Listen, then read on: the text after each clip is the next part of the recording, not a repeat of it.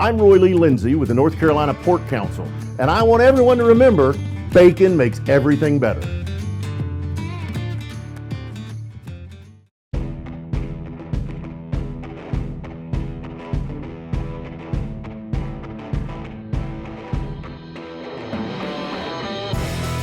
Welcome back into another edition of the David Glenn Show right here all across the Bold North State on the North Carolina Sports Network. I'm Mike Waddell.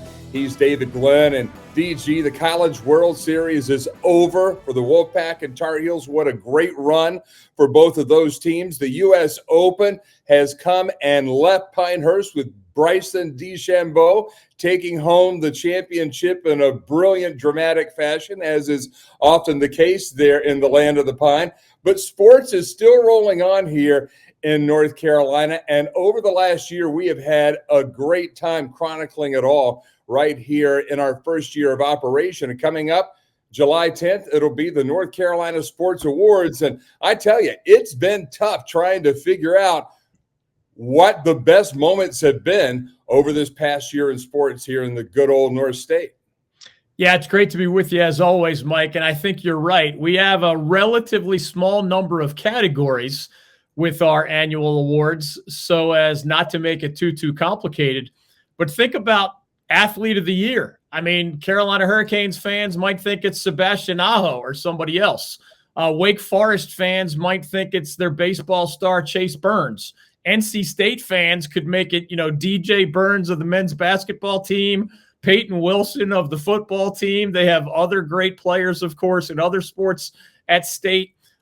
We have great minor league baseball here. We had the MVP of the National Women's Soccer League last year. We have a rising star in Akshay Bhatia on the PGA Tour. He's a North Carolinian. Your cousin, William Byron, has been a big name in the NASCAR world this past year. Brian Burns of the Carolina Panthers. I know they were lousy, but he was good. Brandon Miller of the Charlotte Hornets. I know the Hornets were lousy, but he was one of the best rookies in the NBA. Drake May at Carolina in football. RJ Davis at Carolina in men's basketball. Vance Honeycutt of Carolina in baseball. All of those names, and I'm sure I'm leaving some out, are just Athlete of the Year. So we have teams to celebrate, moments to celebrate, coaches to celebrate, among other things. And we hope as many of our viewers and followers and listeners will participate in that voting, because truly they do have a voice in our upcoming awards, and we're glad they do.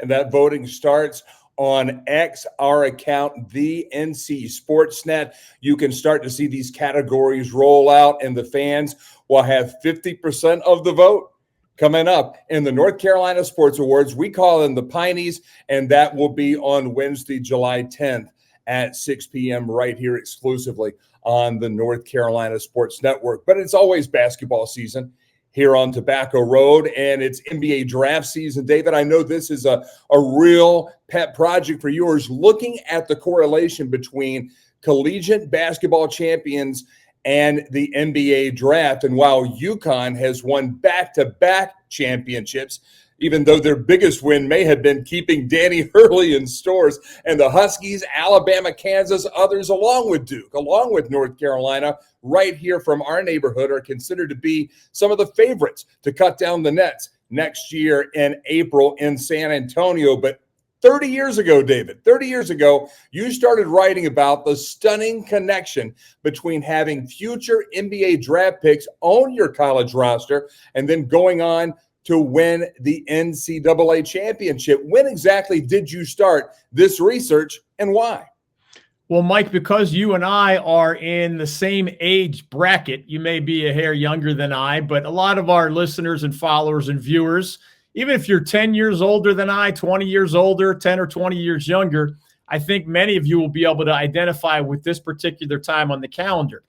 I started this research, and it is a stunning connection between, I'll call it the NBA factor, and what you need as a college coach to just have a chance to win an NCAA championship. I started this specific research in 1996 while I was watching the NCAA basketball tournament that year on TV. And this sounds crazy, and I always tell people I am blessed to do what I do for a living. I get paid to write and talk about sports and have for a long time. In my first 8 years covering the Atlantic Coast Conference, there had been at least one ACC team make a March Madness run all the way to the Final Four every year. It was incredible.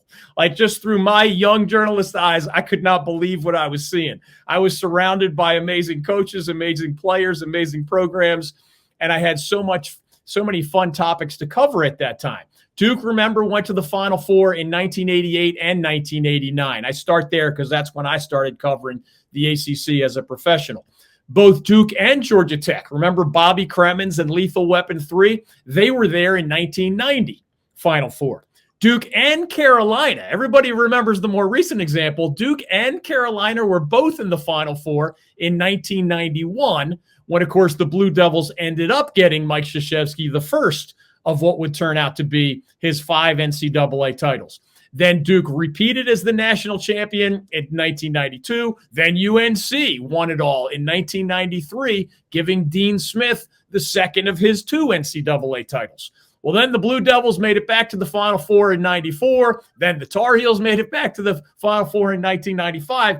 And again, it was just incredible. That meant for those first 8 years of covering March Madness, there was always a state of North Carolina team for our audience to follow, and or an Atlantic Coast Conference team for all of us in that broader region to follow, all the way essentially into the month of April. You never run out of story ideas as a journalist, young or old, when there are great players, great coaches, great teams to follow and to write about. Well, in the spring of 1996, my staff and I suddenly did not have a long March Madness run to cover. Remember, in 1994, I had turned a long-standing but very limited distribution newsletter, something you could literally Xerox, and that's how it was distributed at the time. I turned it into a pretty successful regional magazine called the ACC Sports Journal. Soon after that, we created the very primitive versions of what turned out to be our website for many years, accsports.com. I sold those things a long time ago, so whatever they're doing now, it's not my fault. But back in 1996, we needed content, obviously. And with the ACC teams exiting earlier than usual in 1996, I just decided to take a deep dive into the connections between, number one, future NBA draft picks and winning the NCAA title, and number two, future NBA players and winning the NCAA title. Because we all like a good David versus Goliath story, and because we had already seen some Cinderella-type teams win the NCAA title, I just kind of wondered, not knowing the answer, I wondered if there were any examples, and if so, how many examples, of college teams without much or even any NBA-caliber talent winning it all. So that was my light bulb moment for what turned out to be, at this point, a 30-year journalism journey that's gotten me appointments at great websites like The Athletic, which is to this day one of the most successful international sports websites. I wrote for them for a bunch of years and included my deep dive research in my contributions there. But around the same time, Mike, in 1996, I heard one of the TV broadcasters, again, I wasn't at the Final Four that year. There was no team for me to cover.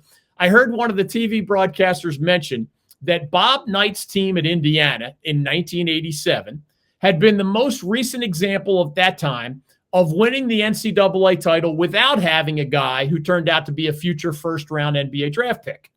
So then I decided, well, the size of the NBA's first round has varied a lot over the years. I mean, if you go back to the 1940s, there were only 8 NBA teams. So guess what? There were only 8 first-round draft picks. Nowadays, we have 30 NBA teams, so there are 30 first-round draft picks. So I thought it was not as scientifically sound or journalistically sound, if you will, to use first-round draft pick as a label for purposes of my deep dive research. And I thought that since we've called first-round pick, now it is a top 30 pick, I just thought we would go all the way back into the archives and use the description top 30 draft pick rather than first round draft pick, just to keep the level playing field, if you will.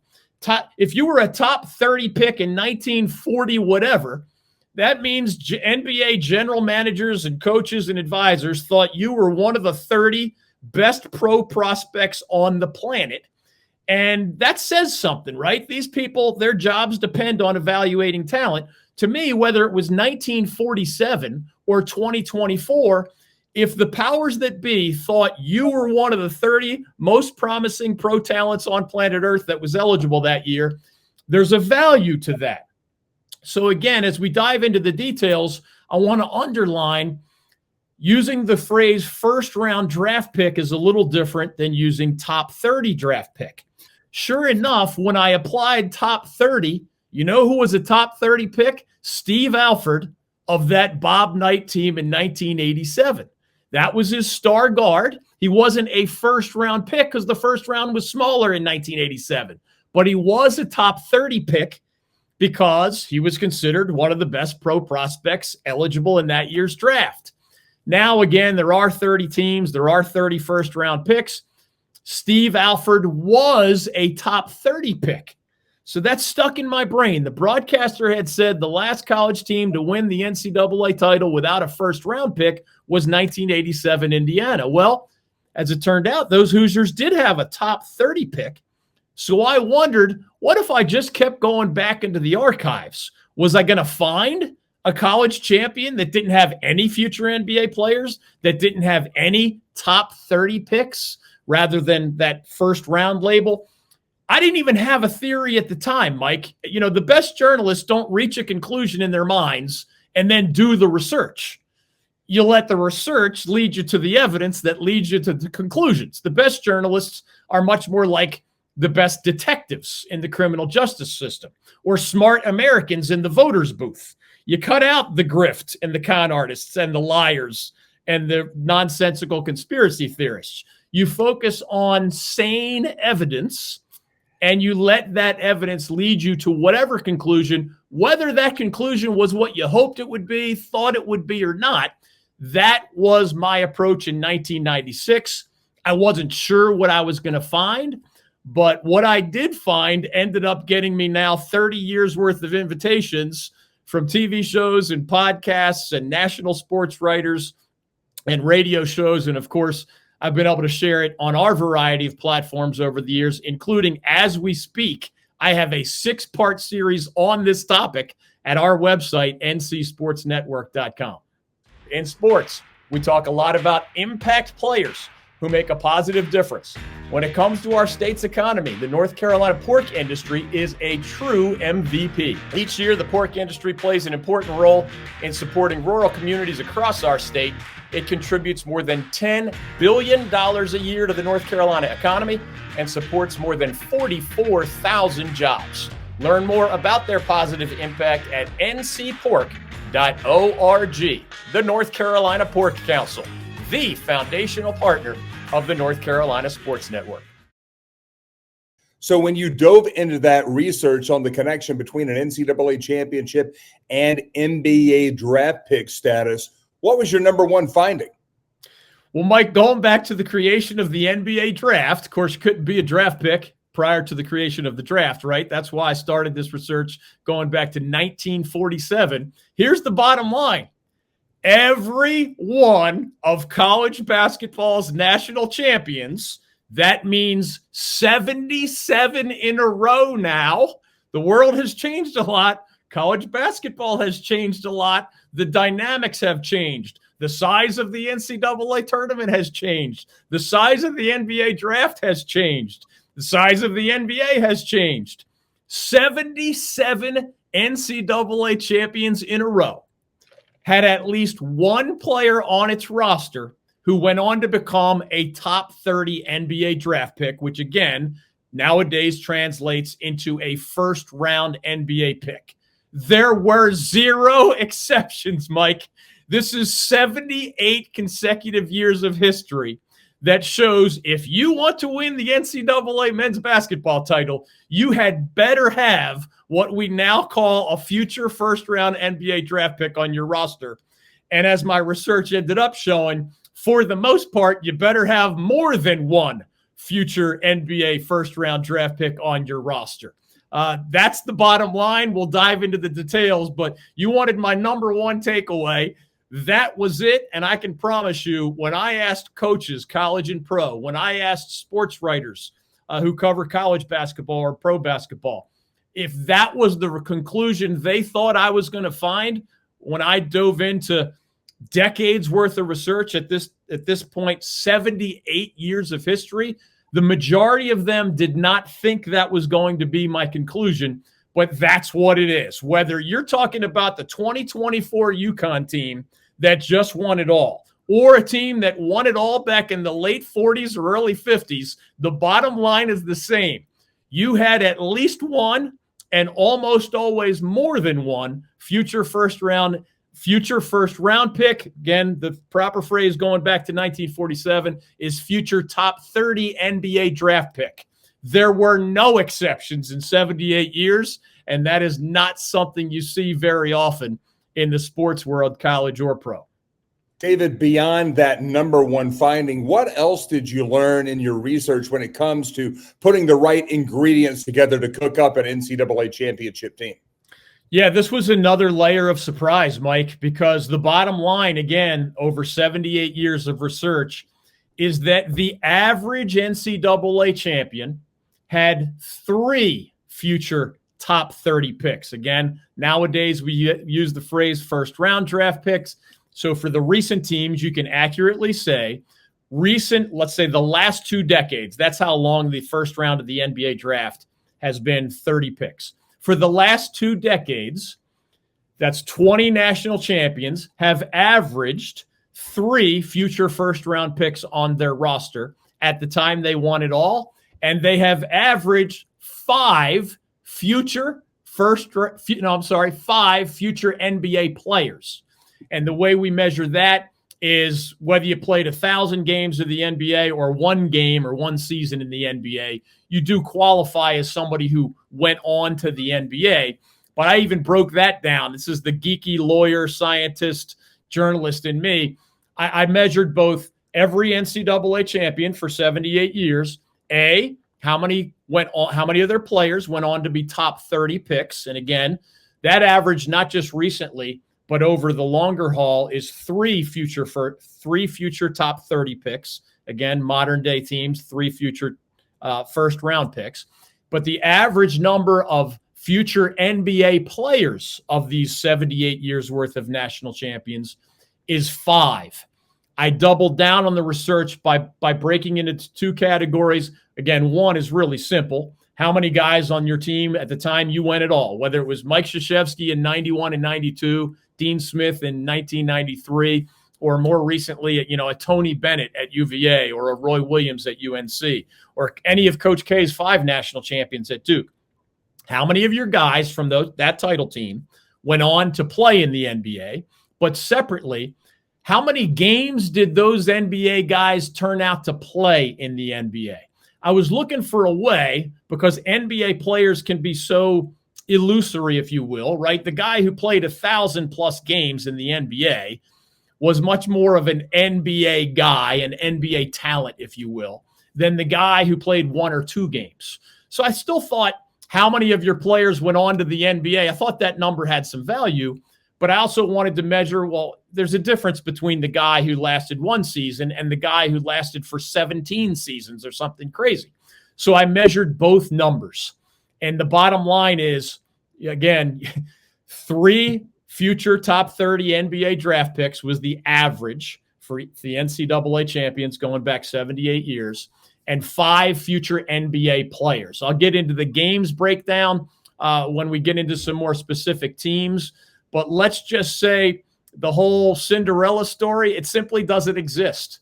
There are no NCAA champions in the draft era, meaning since 1947. There are none that didn't have an NBA talent on hand at the college level when they cut down the nets at the Final Four. 0 examples.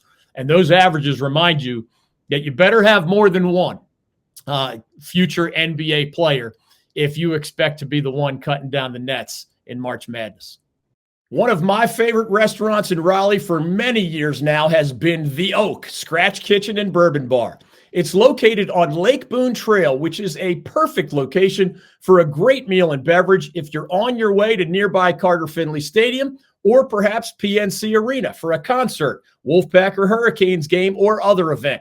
The menu is incredibly tasty and creative. The atmosphere is a lot of fun. The bourbon options are as high-end and varied as you'll find anywhere. The staff is super classy and first-rate, and I've just always loved the people, the food, and the overall vibe there. When I took Carolina Hurricanes owner Tom Dundon to lunch, yes, meaning the billionaire who owns the hockey team, I took him to the Oak. Seriously, it's that good. Learn more or make a reservation by visiting their website, theoakraleigh.com. That's theoakraleigh.com. You're tuned into the David Glenn Show here on the North Carolina Sports Network. I'm Mike Waddell, along with David Glenn, brought to you as always by our foundational partner, the North Carolina Port Council, supporting the 44,000 plus folks who make up that critical part of North Carolina's economy. And David, we certainly have had some Cinderella stories during March Madness over the years, including NC State's Cardiac Pack under Jim Valvano back in 1983, and then Villanova winning it all in 1985 as a number 8 seed. Many others that we could talk about right here. But are you saying that even those teams, those upstart teams, have had number 1 draft picks on their rosters? Yes, Mike, and keep in mind a couple things. One, the lowest seeds ever to win the NCAA men's basketball tournament. That list starts with the 1985 Villanova team that you just mentioned, which was an 8 seed, lowest ever on the men's tournament to win it all. I grew up in Philadelphia. That Villanova team was incredibly well covered in what is usually a pro sports-centric town, my original hometown of Philadelphia. But I fell in love with college basketball in part because of Jimmy V's Cinderella team of 1983 at NC State. The Cardiac Pack was a 6 seed. To this day, the second lowest seeded team ever to win it all. It's a tie, but Villanova is the lowest at number 8, and NC State is among the next lowest. There's a 7 seed and then the 6 seed. So I should say the Wolfpack is now 3rd. But the answer to your question is yes. Of course, it's still fair to call the Wolfpack of 1983 a Cinderella-type story for a lot of reasons that you and I have explored here at the North Carolina Sports Network, in part because of the Wolfpack's magical run to the Final Four and the ACC title prior to that here in 2024. But 1983 NC State, while correctly labeled as one of the great upset stories in college basketball history, people forget that not only did the Wolfpack have a top 10 pick, which I don't remember exactly when the NBA lottery started, but today's terminology, again, first round pick is top 30 in today's terminology. Top 14 pick, we use the phrase nowadays, lottery pick. I don't think the lottery was around in 1983, but Thurl Bailey was a senior forward for Jim Valvano on that national championship team, and Thurl Bailey was the number 7 pick overall in the 1983 NBA draft. So again, he might not have literally been a lottery pick because there might not have been a lottery back then, but Thurl Bailey was a top 10 pick in the first round of the NBA draft immediately after helping the Wolfpack win that 1983 title. Oh, by the way, Sidney Lowe was also a top 30 pick, a guy who later became the Wolfpack's head basketball coach with no success, was a hugely successful guard on that Cardiac Pack team of 1983. Thurl Bailey was the senior postman who becomes the top 10 pick. Sidney Lowe was the senior guard who became a top 30 pick. This underlines the theme I mentioned earlier, where technically Sidney Lowe was not a first-round pick because the first round was not yet 30 picks. The NBA did not yet have 30 teams. But Sidney Lowe was the number 25 pick of the 1983 NBA draft. So that underlines the theme. Jimmy V had 2 top 30 picks when he won it all in 1983. Oh, by the way, 2 other guys went on to play a little bit in the NBA from that team, Lorenzo Charles and Cozell McQueen. They didn't last long in the NBA, but they did become NBA players for the proverbial cup of coffee. Thurl Bailey played almost 1,000 games in the NBA. Sidney Lowe played a couple hundred games in the NBA. So even Jimmy V in the cardiac pack had a significant NBA factor. If you have a lottery caliber big man in Thurl Bailey and the today's equivalent of a first round pick, Sidney Lowe, number 25 overall, as your star guard, that means you packed some power in the NBA talent category. Your other great example in your question, Mike, 1985 Villanova, from the Rolly Massimino team from my childhood. They actually had 3 starters on that team. Credit to you before we started recording for getting this trivia right, as you did with Thurl Bailey of that 83 cardiac pack. Ed Pinckney, starting big man and a senior for the Villanova Wildcats in 1985, was again a top 10 NBA draft pick. That is the equivalent of today's lottery pick. He was number 10 overall. So yes, it was a Cinderella story. I remember how well they had to play to beat Georgetown in that magical championship game. I remember the rest of that magical journey. I don't want any of this to take away from the beauty of college basketball's greatest Cinderella stories, or whatever other label you want to put on them. I was surprised that my research of 78 years now showed that there are no exceptions to the rule. Not even 1985 Villanova, not even 1983 NC State. Beyond Ed Pinckney on the 1985 Wildcats, Harold Presley, who was a junior forward on that 85 team, he became a number 17 overall pick. That's a first rounder. Dwayne McClain dropped into the early second round, but he was number 27 overall. He was a senior forward on that 85 Villanova team.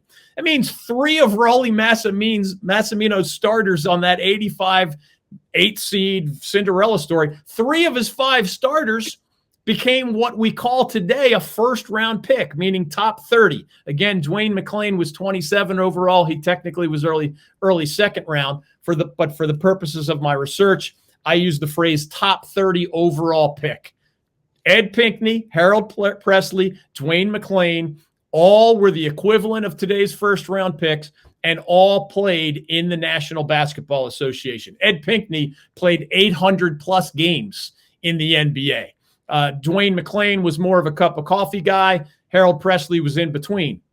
But 83 NC State, 85 Villanova, Mike, even that famous UTEP team, remember they were called Texas Western? They were famously in the earlier part of the 60s, that all-black team that beat all-white Kentucky to win the NCAA title. Even that Texas Western team had multiple future NBA players, had at least one top 30 NBA draft pick. So what we label Cinderella stories, even they had some NBA factor, and everyone had at least one top 30 NBA draft pick. Everyone had at least one, and again, usually more than one, future NBA players on that college roster at the time they won it all. And when you talk about Dwayne McClain, that was a guy that I really thought could have gotten higher, but that was only at the White House during his visit with President Reagan. So in your research, again, the scope of which 78 years between NCAA champions and top 30 draft picks, what teams have had the most and what teams have had the fewest number of top 30 picks? Well, I hope folks will check out my articles at our website, ncsportsnetwork.com, because if they do, they're going to see these details seriously broken down for each of the last 77 NCAA champions. I give you the number of guys who went on to play in the NBA. I give you the number of games each one of those guys played in the NBA. I give you each team's number of future first round, again, / top 30 NBA draft picks. I give you all of those details for 78 years worth of NCAA champions. That's why I had to break it into a 6-part series. Again, check out our website, ncsportsnetwork.com. But I'll give you some highlights, in part because some of our local teams and some famous coaches that we know very well and that I have interviewed one-on-one many times, from Dean Smith to Mike Krzyzewski to Roy Williams, are on this quote-unquote NCAA champions with the most NBA talent list. I did it again 2 different ways. Those with the most future NBA players and then those with the players who had the biggest NBA impacts as measured by how many games they played and the length and depth of their NBA careers. So I decided to measure that second number, impact, by calculating the total number of games, again, regular season and postseason collectively for the members of those various NCAA championship teams. We want to take a guess, Mike, as to the most, what would you guess? Remember, there's 13 scholarships in men's basketball. Which NCAA champion would you guess? You don't have to know the team, but what number? How much? What's the most future NBA players, would you guess, ever produced by a single NCAA champion? You care to take a guess on that one?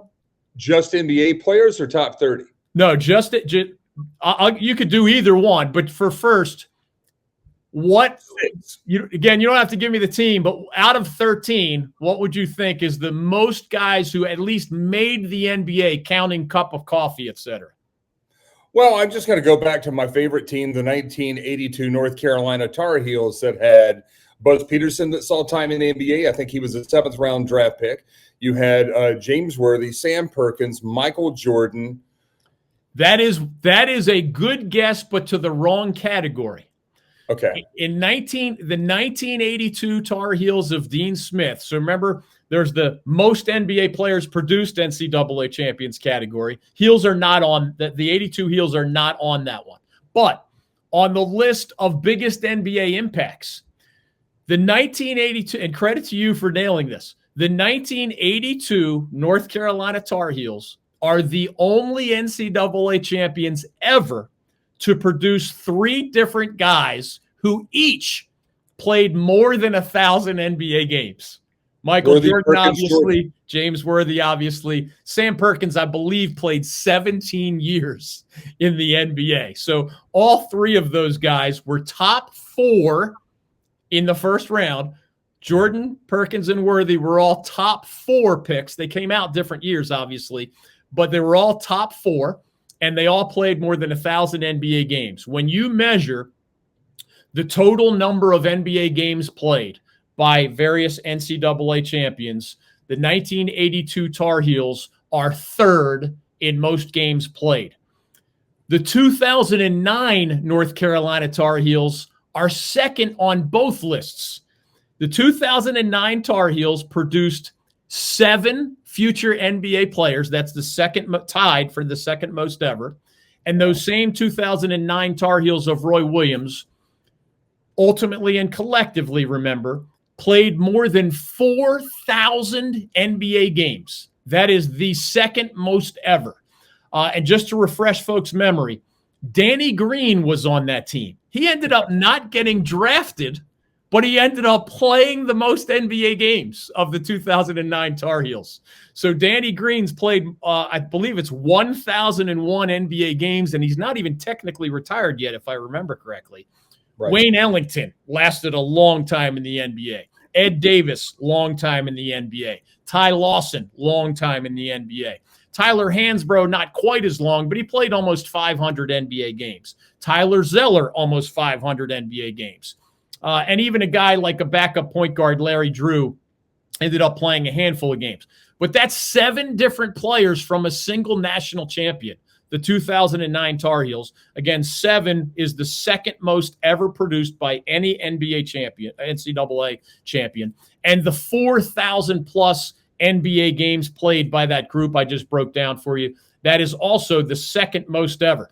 So on the games played, NBA impact, if you will, Dean Smith's 82 team is 3rd all-time. Roy Williams' 2009 Carolina team is 2nd all-time. And there's only one college basketball champion ever that produced more NBA factor in both categories. It is the 1996 Kentucky Wildcats. This is the number I was trying to get you to guess. 9 of Rick Pitino's 13 scholarship players ultimately played in the NBA. Wow. Keep in mind, this is a sport you're only allowed to have 5 dudes on the court at a time. Right. So Rick Pitino might have been looking on the court at 5 guys while coaching the 1996 Kentucky Wildcats. and imagining all 5 playing in the NBA someday. But if he peered out of the side view mirror, so to speak, there'd be 4 more dudes somewhere on his bench who also ultimately went on to play at least a little, and some more than a little, in the NBA.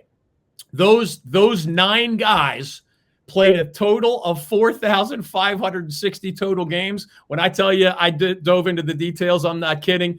It took a lot of math to put this 78 years of research together, but it's all there at the website, ncsportsnetwork.com. Just to help people have some fun with the memory, when Rick Pitino sent out his starting lineup in 1996, he had a freshman forward named Ron Mercer. He went on to be the number 6 overall pick in an NBA draft. He had a sophomore forward named Antoine Walker. He went on in a different year to be the number 6 overall pick in the NBA draft. Derek Anderson was his junior forward. Derek Anderson became the number 13 overall pick in an NBA draft. So that's 3 lottery picks. Again, the lottery may not have started yet technically, but 3 top 14 picks, if you will. Senior guard Tony Delk also became a first-round NBA draft pick. Senior forward Walter McCarty became a first-round NBA draft pick. So Rick Pitino in 96, yes, of course, the Wildcats did cut down the nets that year at the college level. All 5 starters became first-round NBA draft picks. He had a freshman center on the bench named Naz Muhammad. Naz became a first-round NBA draft pick. So that means Rick had 6 future first-rounders on his roster when he won it all in 1996. And then there were a couple other guys. Mark Pope was a backup center. Jeff Shepard was a backup guard. Wayne Turner was a backup guard. Those guys played smaller numbers of games in the NBA. But it is in every category that I studied, the college team with the most future NBA talent. I mean, Rick Pitino is a great coach, right? Heck, the number 2 team on this NBA impact list, 2009 North Carolina, had a great coach, Roy Williams. The number 3 team that you guessed, Mike, 1982 North Carolina, had a great coach, guy named Dean Smith. Oh, by the way, the number 4 team, to get back to your original question, which NCAA champions of the past had the most NBA talent or the biggest NBA impact on their roster at the time they won the college national championship? 96 Kentucky won, 2009 UNC 2, 1982 UNC is 3rd. Number 4 on this list was coached by another elite coach, guy named Mike Krzyzewski. It was the 2001 Duke Blue Devils. And let me add just one quick thing before we get to the least talent question that you asked, least NBA talent. The 2001 Duke Blue Devils, to this day, are the 4th as measured by their players went on to play how many NBA games? 4th on this list. The 2001 Duke Blue Devils could have been number 1 on this list, and everybody who lived through that era probably can think why. Jay Williams was the number 2 overall pick in an NBA draft after helping the Devils to the 2001 NCAA title. He was drafted 2nd overall. He had a rookie year in the NBA where he played almost every game. And then he had that horrible motorcycle accident, the injuries of which were so severe that he never played another NBA game. Jay Williams had the talent to play 1,000 NBA games. But Duke is 4th on this list, thanks to guys named Mike Dunleavy was a number 3 overall NBA pick. Shane Battier was number 6 overall. So that's 3 of Coach K's 5 starters in 2001. Not only went in the lottery, they were number 2 overall Jay Williams, number 3 overall Mike Dunleavy, number 6 overall Shane Battier. That's 3 of your 5 starters. Oh, by the way, Chris Duhon was not a high draft pick, but he went on to play 600-plus NBA games. Carlos Boozer, the starting center on that 2001 Duke team, famously fell into the 2nd round, one of the greatest 2nd-round draft picks in NBA history. He ended up playing almost 1,000 NBA games. Battier played more than 1,000 NBA games. Dunleavy played more than 1,000 NBA games. Boozer played almost 1,000 NBA games. Duhon played 600-plus. And again, Jay Williams, I mean, we'll never know, but I don't think it's a reach to say Jay Williams had the talent to play 1,000 games in the NBA had he remained healthy. That would have put 2001 Duke, which again is still fourth all time in this collective most NBA games played list. That would have put 2001 Duke perhaps even above 1996 Kentucky on the NBA impact. Number of NBA players, again, the Kentucky Wildcats probably are going to hold that record forever. The 96 Kentucky Wildcats producing 9 future NBA players. Nobody else has created more than 7 from a single NCAA championship team. So that Duke story we'll never know, but even that Duke story finishes fourth in NBA impact. And I like to remind people of those coaches, not to take a shot at them. I mean, you can have a lot of NBA talent and still not win, right?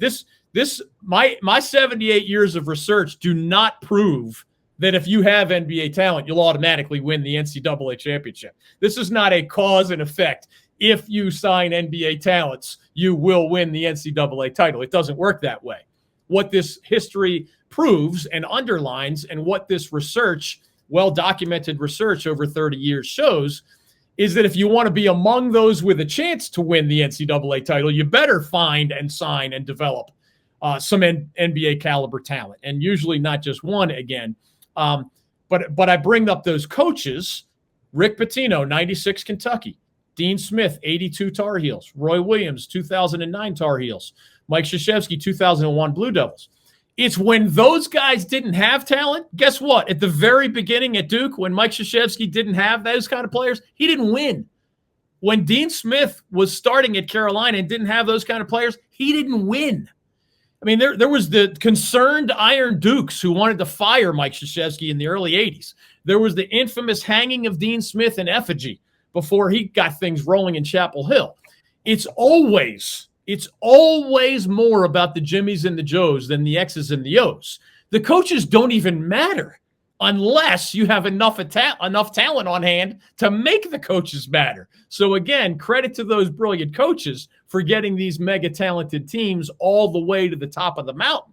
But you better recruit well, or your coaching brilliance is not going to translate into NCAA championships. Quickly, Mike, I'll add, there is only one NCAA champion, again, in the draft era.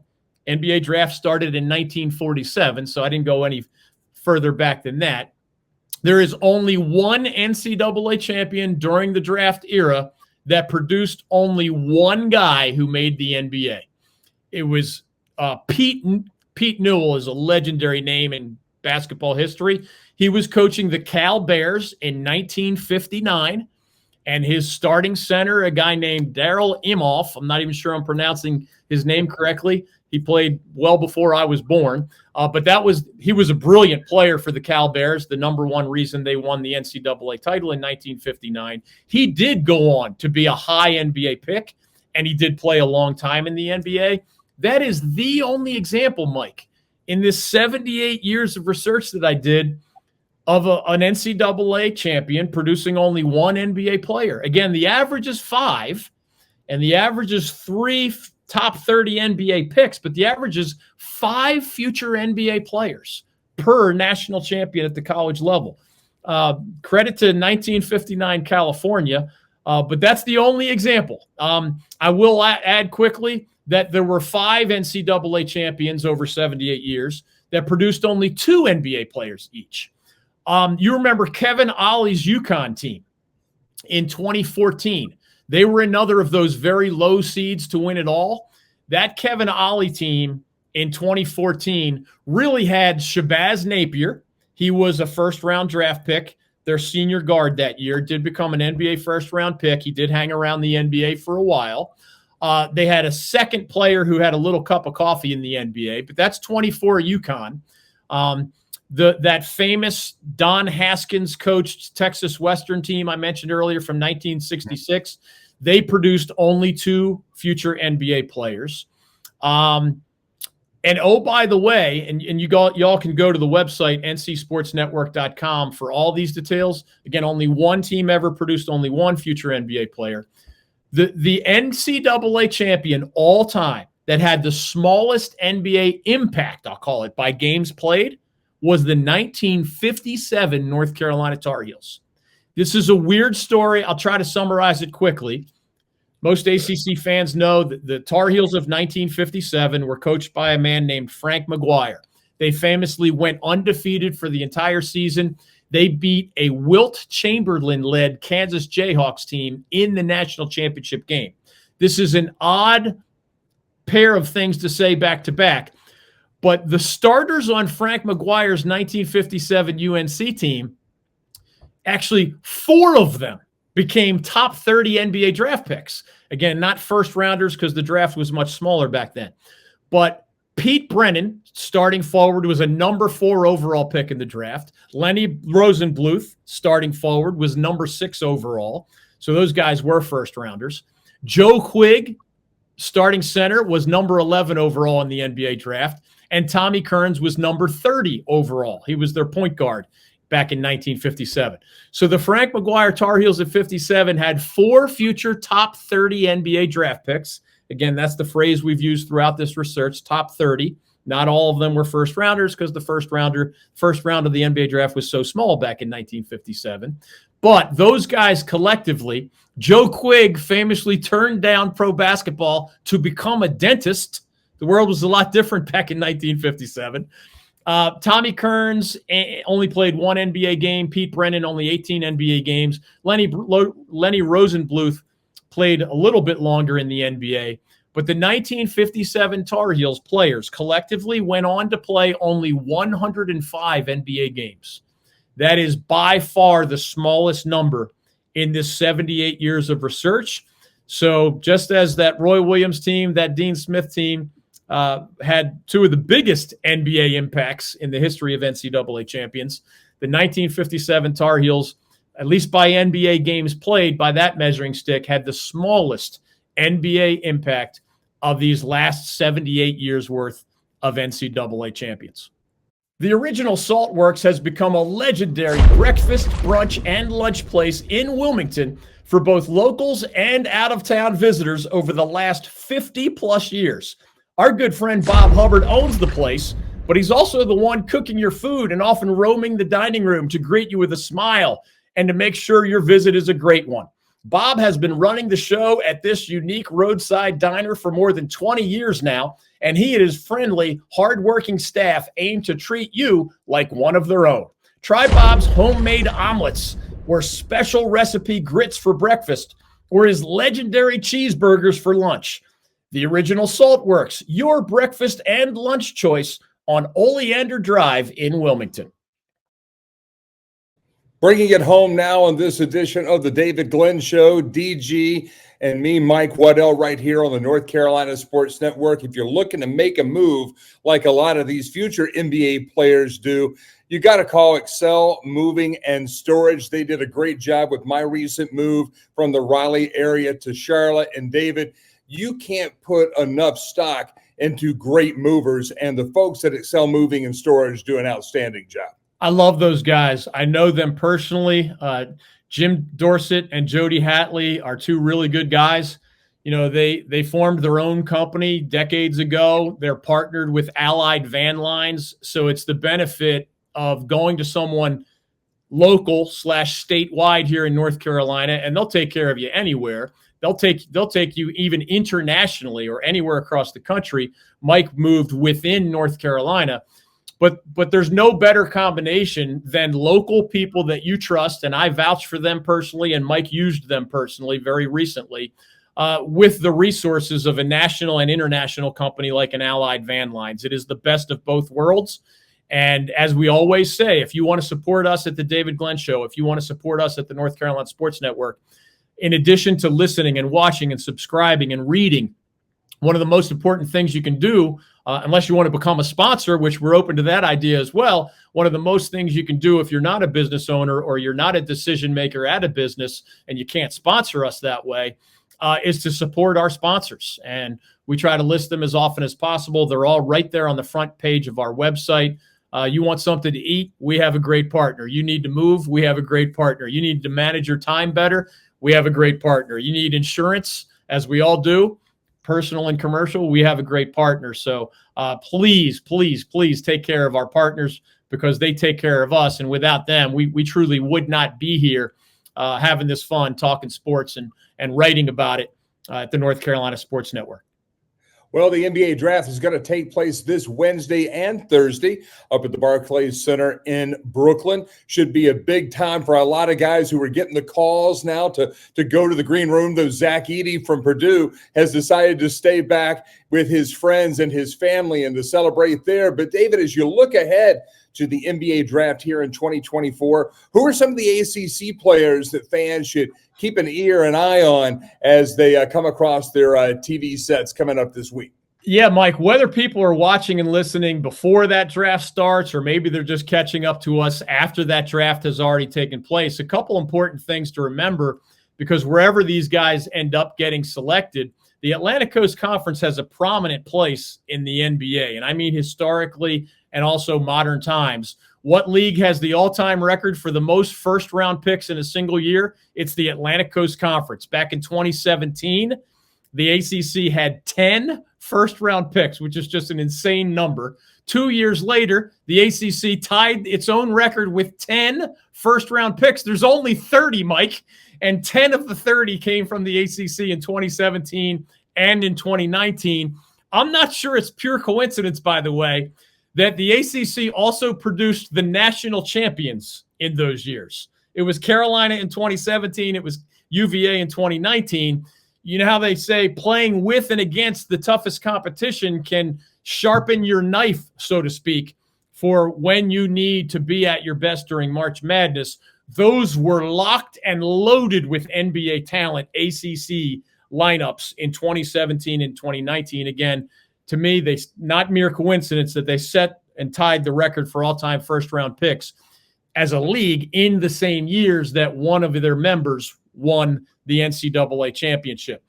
This year, the number is not going to be quite that high. Remember, last year, it was only Duke's big man, Derek Lively, and Duke's freshman, Dariq Whitehead, who were first-round picks from the ACC just last year. That's an extraordinarily low number for the ACC.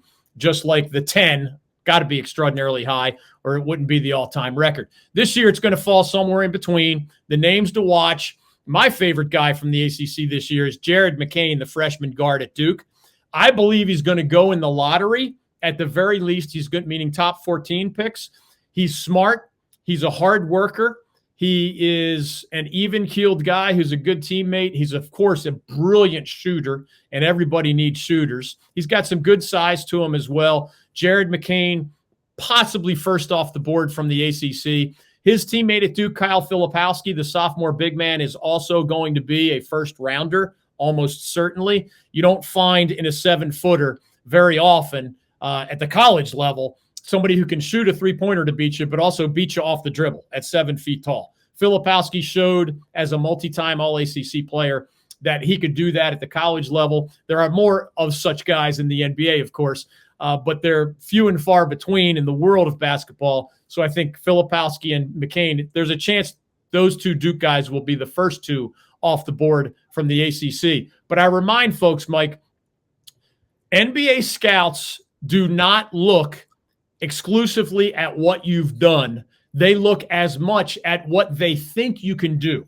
And that might sound ridiculous, but the reason I bring that up is someone like Keyshawn George, the freshman at Miami, you could be a fairly knowledgeable ACC basketball fan and say, who? Keyshawn George did not make the all-freshman team, the 5 guys who get voted onto that team in their first year of college basketball. Bub Carrington of Pitt, remember, was on that all-freshman team. You'd be more aware of him because he was Pitt's best player, I would argue. I mean, Blake Hinson was another good one. But Bub Carrington, I think, is going to be a first-round NBA draft pick after leaving Pitt as a one-and-done player for Jeff Capel and the Panthers because he has point guard skills in a pretty big 6'5"-ish body, and he's still a very young player with lots of growth potential. There's a chance he's a first-rounder from the ACC. But I brought up Keyshawn George. He wasn't the first, second, or third best college player for the Miami Hurricanes. Again, he didn't even make the ACC's all-freshman team, much less a freshman All-American team. But through the eyes of the NBA, again, they're not looking just at what you've done. They're looking at your skill set, what they believe you can grow into. Keyshawn George has length, has skill, has some shooting ability. and has a chance to go in the first round of this year's draft. He was a one-and-done player for the Miami Hurricanes. Virginia's forward Ryan Dunn, one of the best defensive players in the entire country. I know this might sound strange to some because he's not a guy who averaged even like 10 points a game for the Cavaliers. He is an offensively limited player. When you're that brilliant defensively and you have the size and wingspan that a Ryan Dunn has and has shown at UVA, there's a chance you'll be a first-round pick. It'd be latter first round probably. Maybe he falls into the second round. But just because somebody averages, you might think, well, he only averaged 8 points a game in college. How good could he possibly be in the NBA? When you get a little later in the NBA draft, they're looking for role players. And even if you're not a well-rounded, beautiful player in every category, if they think you can be a defensive stopper, even late in the first round, somebody might take a flyer on you. So keep Ryan Dunn in mind. Virginia's veteran guard, Reese Beekman, also brilliant defensively.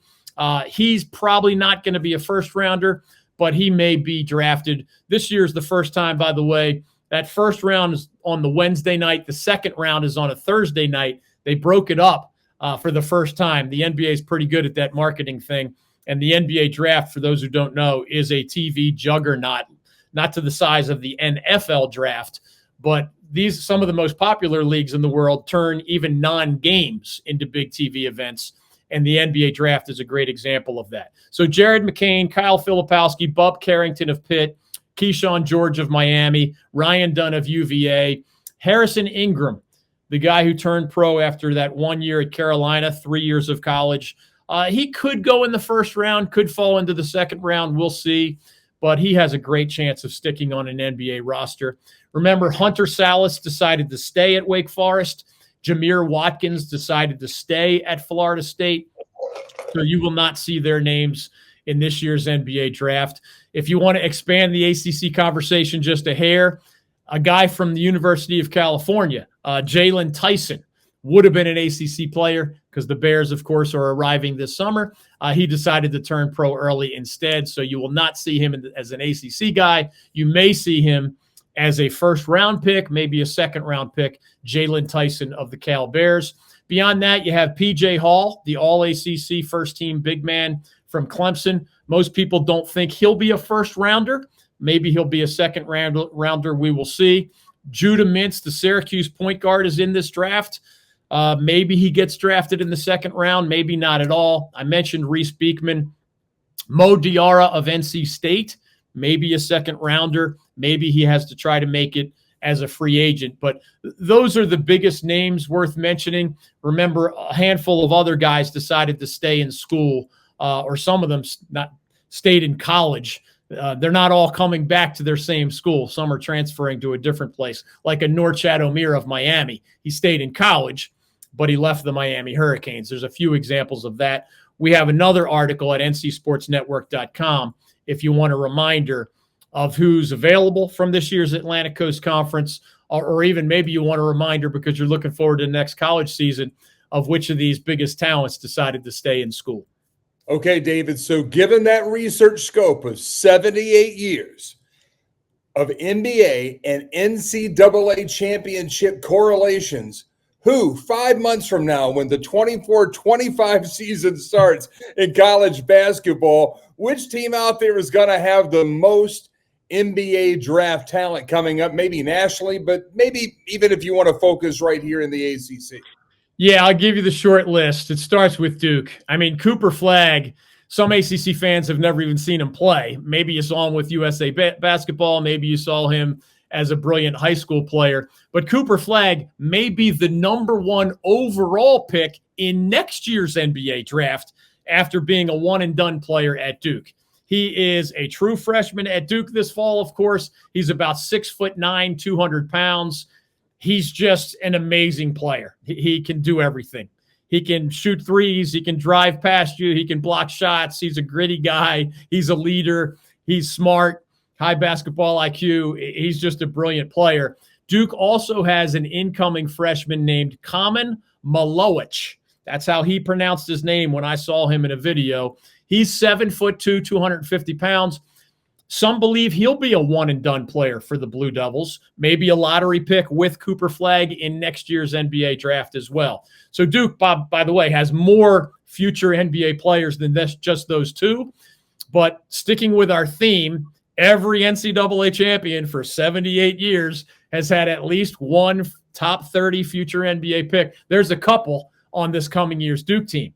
But wait, there's more. Carolina has a couple of guys that could end up as first-round draft picks.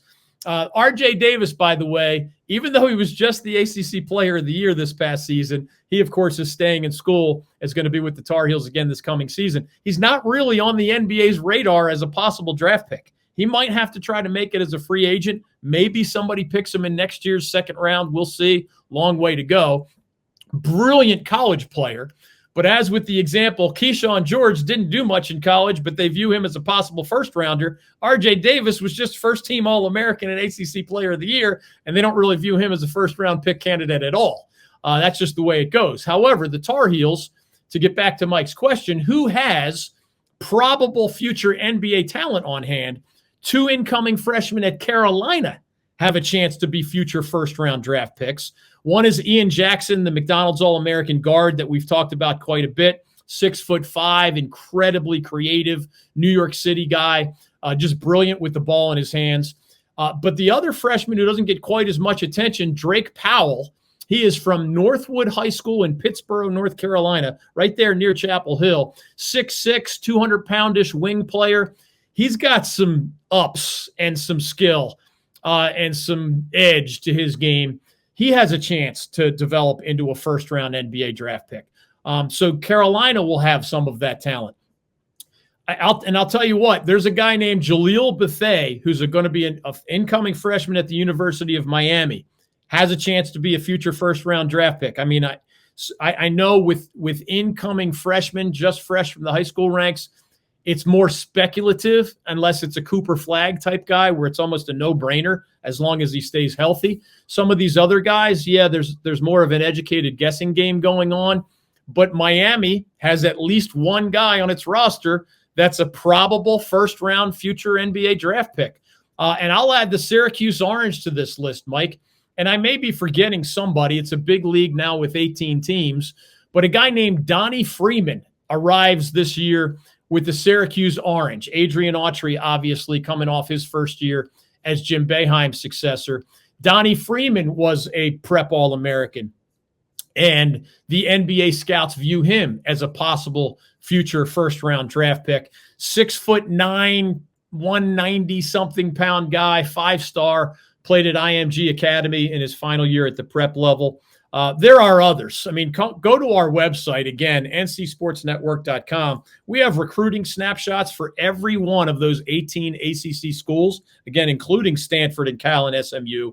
We break down the incoming transfers by what they did at their previous school, but we also tell you where these incoming guys from the high school ranks, where they were ranked at the high school level. That doesn't always tell you their NBA-style pedigree or forecast, but it does give you an idea of which of these teams has at least some and maybe more than a little future NBA talent on their college roster as we look forward to the upcoming 2024-2025 basketball season, where the ACC should be compelling again, star-studded again, and starting with Duke and Carolina should be a part of the national conversation again.